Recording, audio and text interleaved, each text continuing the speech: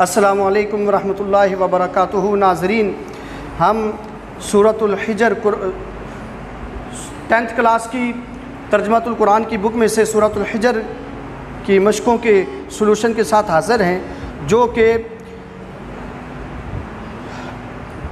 کتاب کی 7ویں نمبر کی صورت ہے۔ اس سورہ مبارکہ میں 6 رکوع اور اس کی 99 آیات ہیں۔ سورۃ الحجر مکی صورت ہے جو 13ویں سپارے سے شروع ہو رہی ہے اور اس کا نمبر قرآن پاک میں 15واں ہے۔ اس کے 6 رکوع اور 99 آیات ہیں۔ اس صورت کی آیت وَلَقَدْ كَذَّبَ أَصْحَابُ الْحِجْرِ الْمُرْسَلِينَ، اور یقیناً حجر والوں نے رسولوں کو جھٹلایا میں اصحاب حجر کا تذکرہ ہے۔ اس مناسبت سے اس کو سورۃ الحجر کہا گیا ہے۔ جس مکان کے گرد احاطہ اور 4 دیواری بنی ہو اس کو عربی میں حجر بولتے ہیں۔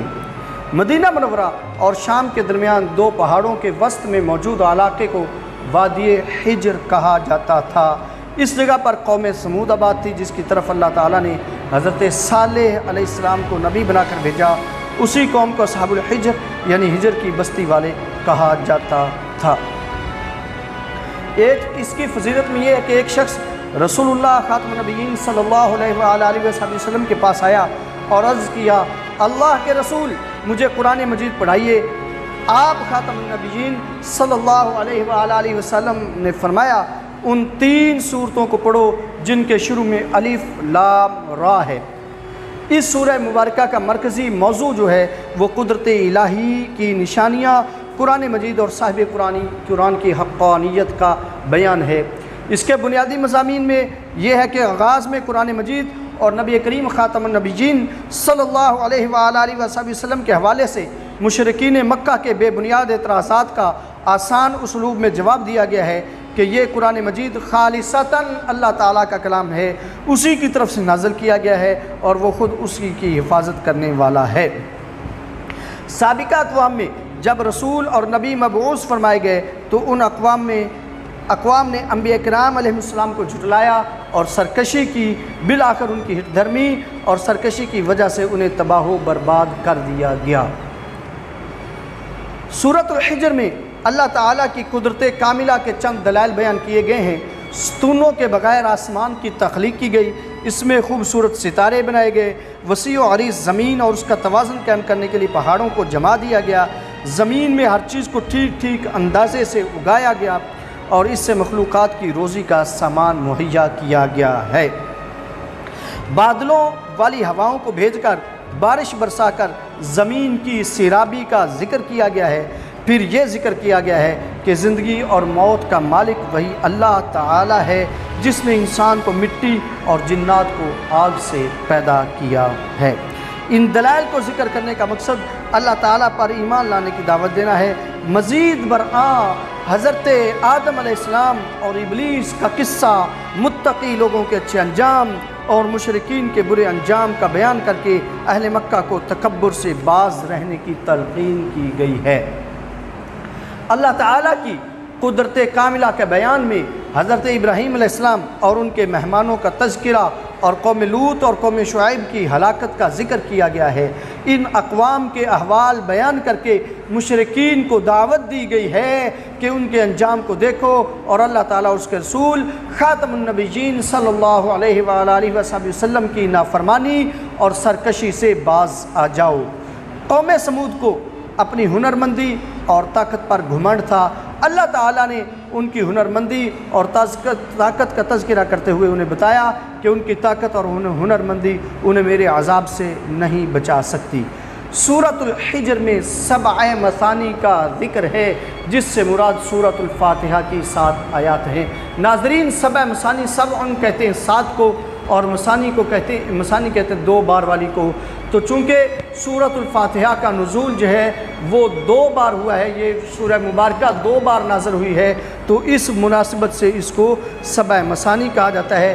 7 آیات کی نسبت سے اور 2 بار نزول کی نسبت سے اس کو 7 مثانی کہا گیا ہے۔ سورۃ الحجر کے آخر میں नबी करीम ख़ातम नबीयीन सल्लल्लाहु अलैहि वसल्लम को एलानिया तबलीग दीन का हुक्म देते हुए इरशाद फरमाया गया है कि आप ख़ातम नबीयीन सल्लल्लाहु अलैहि वसल्लम को अल्लाह ताला की तरफ से जो हुक्म दिया गया है आप उसे पूरा करें, मुशरिकीन की परवाह ना करें और अल्लाह ताला की तस्बीह बयान करते रहें। नाज़रीन, इस सूरह मुबारक की अहम पॉइंट जो हैं वो ये है कि इन्ना नहनु नज़्ज़लना ज़िक्रा व इन्ना लहू लहाफ़िज़ून।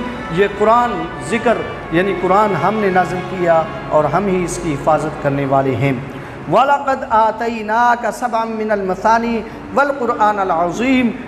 ऐ प्यारे नबी सल्लल्लाहु अलैहि वसल्लम, हमने आपको 7 आयात वाली और 2 बार दोहराई जाने वाली कुरान अज़ीम की आयात जो हैं वो अता फरमाई हैं। तो नाज़रीन, ये था सूरतुल हिजर का तारुफ़, इसके मज़ामीन का बयान। अब चलते हैं इस सूरह मुबारक के मश्क की हल की तरफ। तो सबसे पहला जो क्वेश्चन है वो है मदीना मुनव्वरा और शाम के वस्त में मौजूद पहाड़ों के दरमियानी इलाके को क्या कहा जाता है? वादी हिजर, वादी नखला, वादी सैना या ताइफ? तो दुरुस्त जवाब है वादी हिजर। दूसरा सवाल है सबअ मसानी से क्या मुराद है? सूरतुल नास, सूरतुल बकरा, सूरतुल अखलास या सूरतुल फातिहा? तो दुरुस्त जवाब है सूरतुल फातिहा। तीसरा सवाल है सूरतुल हिजर में किन के मेहमानों का तज़किरा है? हज़रत नूह अलैहिस्सलाम, हज़रत शुएब अलैहिस्सलाम, हज़रत सालेह अलैहिस्सलाम, हज़रत इब्राहीम अलैहिस्सलाम? तो इसका दुरुस्त जवाब है हज़रत इब्राहीम अलैहिस्सलाम। चौथा सवाल है वादी हिजर में कौन सी कौम आबाद थी? कौम समूद, कौम आद, कौम लूत या कौम नूह? तो इसका दुरुस्त जवाब है कौम समूद। पाँचवा सवाल है कौम समूद की तरफ नबी बनाकर किसको भेजा गया? हज़रत शुएब अलैहिस्सलाम, हज़रत नूह अलैहिस्सलाम, हज़रत ईसा अलैहिस्सलाम या हज़रत सालेह अलैहिस्सलाम? तो इसका दुरुस्त जवाब है हज़रत सालेह अलैहिस्सलाम। सवाल नंबर 1, उसके मुख्तसर जवाबात में से पहला सवाल जो है सूरतुल हिजर में अल्लाह ताला ने कुरान मजीद के बारे में क्या इरशाद फरमाया है? तो अल्लाह तबारक व तआला ने फरमाया कि कुरान मजीद खालिसतन अल्लाह ताला का कलाम है जो उसी की तरफ से नाज़िल किया गया और उसकी हिफाजत का ज़िम्मेदार भी वही है। इसका सवाल नंबर 2 है सूरतुल हिजर का मरकज़ी मौजू तहरीर करें। तो इसका मरकज़ी मौजू जो है वो कुदरत इलाही की निशानियाँ, कुरान मजीद और साहिब कुरान की हक़ानियत का बयान है। सवाल नंबर 3 है सूरतुल हिजर की फ़जीलत में हदीस मुबारक का तर्जुमा करें। रसूल करीम ख़ातमुन नबीयीन सल्लल्लाहु अलैहि वसल्लम की बारगाह में एक आदमी ने अर्ज़ किया कि मुझे कुरान मजीद पढ़ाइए। तो आप ख़ातमुन नबीयीन सल्लल्लाहु अलैहि वसल्लम ने फरमाया उन 3 सूरतों को पढ़ो जिनके शुरू में अलिफ लाम रा आता है। तो नाज़रीन, इसका चौथा सवाल है सूरतुल हिजर के आगाज़ में किसका तज़किरा किया गया है? तो इसका जवाब है सूरत के आगाज़ में कुरान मजीद और ख़ातमुन नबीयीन सल्लल्लाहु अलैहि वसल्लम के हवाले से मुशरिकीन मक्का के बेबुनियाद एतराज़ात का आसान उसलूब में जवाब दिया गया है। सवाल नंबर 5 है सूरतुल हिजर की रोशनी में अल्लाह ताला की कुदरत कामिला के चंद दलाइल बयान करें। ये सवाल पिछली सूरह मुबारका में भी था, पिछली वीडियो में भी हम बयान कर चुके, लेकिन यहाँ पे इसका जवाब जो थोड़ा सा मुख्तलिफ है, वो समात फरमा दीजिए। स्तूनों के बगैर आसमान की तख्लीक की गई, उसमें खूबसूरत सितारे बनाए गए, वसी और अरीज़ ज़मीन और उसका तवाज़ुन कायम करने के लिए पहाड़ों को जमा दिया गया, ज़मीन में हर चीज़ को ठीक ठीक अंदाजे से उगाया और उसकी मखलूक़ात की रोज़ी का सामान मुहैया किया गया है।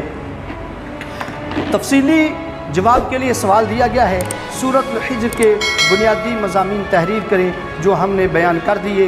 नाज़रीन, ये थी सूरतुल हिजर की मशकों